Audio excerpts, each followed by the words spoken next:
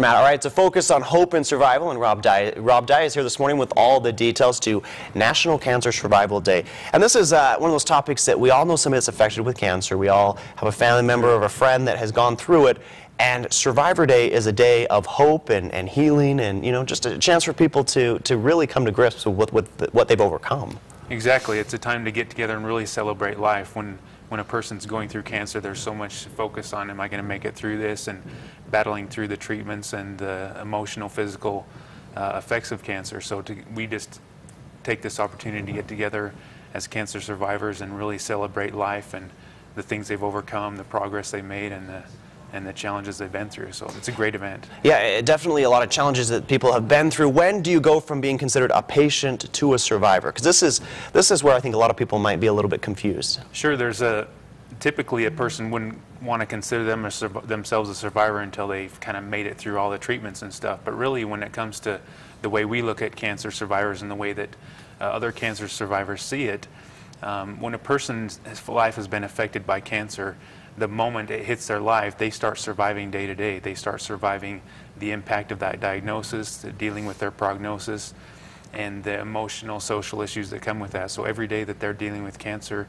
we would consider them a survivor, you know, battling through that process. I like that focus on being a survivor every day. All across the country, a lot of events going on for National Cancer Survival Day. Also, we have some going on tomorrow at the Clarion Inn. Let's talk about that, because it's kind of a fun theme, Mardi Gras. Yeah, we decided that we wanted to really celebrate life, and Mardi Gras is just the big party. So we're going to get together. We're going to have some Southern-style fare, good food there. We're going to have some jazz band. Really, it's a chance to come together and just see this mass group of people that are surviving cancer. And we'll have some special speakers there and a great art display. Lily Oncology on Art has sent a national exhibit of 50 art pieces that's done by cancer survivors or their family members, and so we'll have that on display. It's going to be a great party.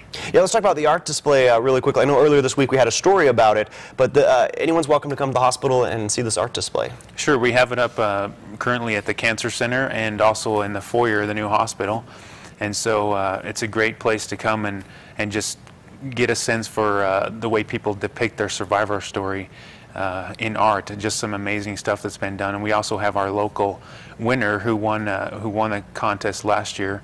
Her art is there, and so it's nice to see a lady from Pocatello who put together a beautiful piece of art showing her story. So, what kind of people would you like to see come out to tomorrow's event? What kind of survivors, family members, what kind of people would you like to see? The invitation is to cancer survivors to come and bring a guest with them. Mm-hmm. So anybody who's been diagnosed with cancer, they can come and bring a guest and just join the celebration. So. And I know that really quickly I want to touch on when speaking of cancer and survival, being a survivor, PMC, you haven't quite moved into your new cancer center. What stage are you at with that? It looks like we're going to be starting to move into the facility in the first part of July. So July 11th is what we're looking at.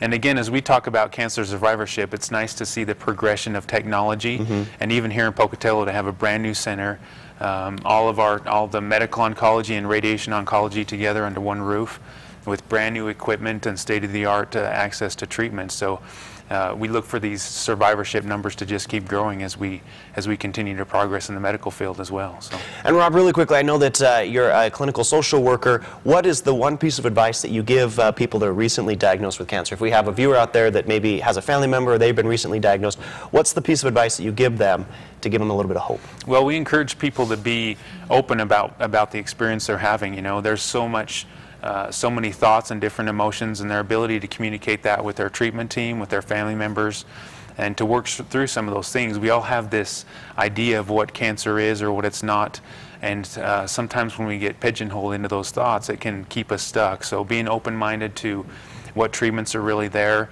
what other supports are there, you know, counseling services or our support group that meets on Monday, that's a great place for people to come and really enjoy the uplifting strength that comes from other survivors. And so it's really about not being overwhelmed by the process and finding those supports and being open with people about what they're going through. So, well, Rob, we appreciate you waking up with us this morning, giving us all the details to tomorrow's event. All that information will be also on our website. And you can also find out more information about this travel and art display also on our website at kpvi.com.